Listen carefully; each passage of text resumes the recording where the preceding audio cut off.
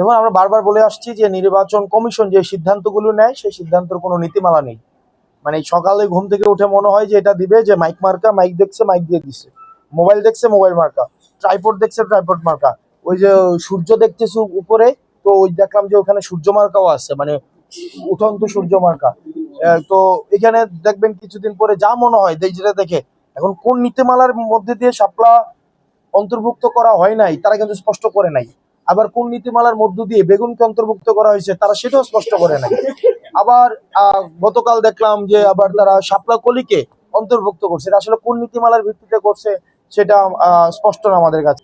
এবং আসলে তারা তাদেরকে জনগণ ভোট দিবে কিনা, তাদের এই ধরনের এই ব্যাকডোর সমঝোতার কারণে এটি আসলে ভোটাররাই নির্ধারণ করবে। আমার কাছে মনে হয় না যে এটি খুব বেশি ফলপ্রসূ হবে। সেজন্য আমরা যেটি সবসময় ফোকাস করে আসছি এনসিপি, সেটি হচ্ছে আমরা নির্বাচন কমিশনের আসলে নীতিমালাটা দেখতে চাই। তাই না? আমাদের কর্মসূচি, আমরা জনগণ থেকে আমাদের কর্মসূচি আসে, যেন আপনার যখন অভ্যুত্থানের সময় আমরা কর্মসূচি দেওয়ার আগে জনগণ দিয়েছে আমাদের যে মার্কা, আমাদের মার্কা কোনটা আমরা নিব, বা মার্কা আমাদের যেই সাংবিধানিক প্রতিষ্ঠান নির্বাচন কমিশন থেকে যেটি দেওয়া হয়েছে সেটি জনগণ গ্রহণ করছে কিনা। যদি জনগণ গ্রহণ না করে সেটিকে আমরা প্রত্যাখ্যান করব।